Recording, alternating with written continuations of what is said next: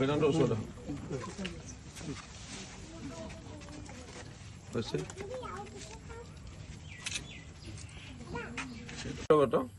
পূবটিয়ক গাঁও পঞ্চায়তৰ 1 নং কাৱৈমাৰী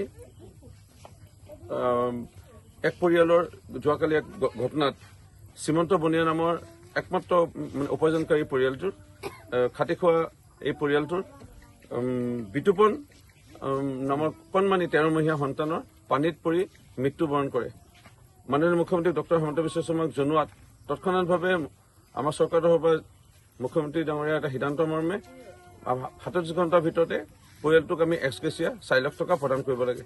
সেই 4 লাখ টকা চেক আমালৈ ইতিমধ্যে পঠিয়ালে আৰু আমি পৰিয়ালটোৰ অলপ আগতে আমি অৰ্পণ কৰিলোঁ। এই মুহূৰ্তত দুখ লাগিছে, আমি পৰিয়ালটোৰ লগত সমভাগী আমি আমাৰ সমবেদনা জ্ঞাপন কৰিছোঁ। কিন্তু এটাই ভাল লাগিছে যে তৎক্ষণাতে মুখ্যমন্ত্ৰী ডাঙৰীয়াই কথা ৰাখি পেলাই তেওঁ এই পৰিয়ালটোলৈ যি 4 লাখ টকা আগবঢ়ালে। অত্যন্ত এই কণমানি 13 মহীয়া মাইনা বিতুপনৰ স্মৃতিত পৰিয়ালটোৱে কিবা এটা নিৰ্মাণ কৰিব পাৰিব, কিবা এটা গঢ় দিব পাৰিব। মুখ্যমন্ত্ৰী ডাঙৰীয়াক অশেষ কৃতজ্ঞতা ধন্যবাদ জ্ঞাপন কৰিছোঁ।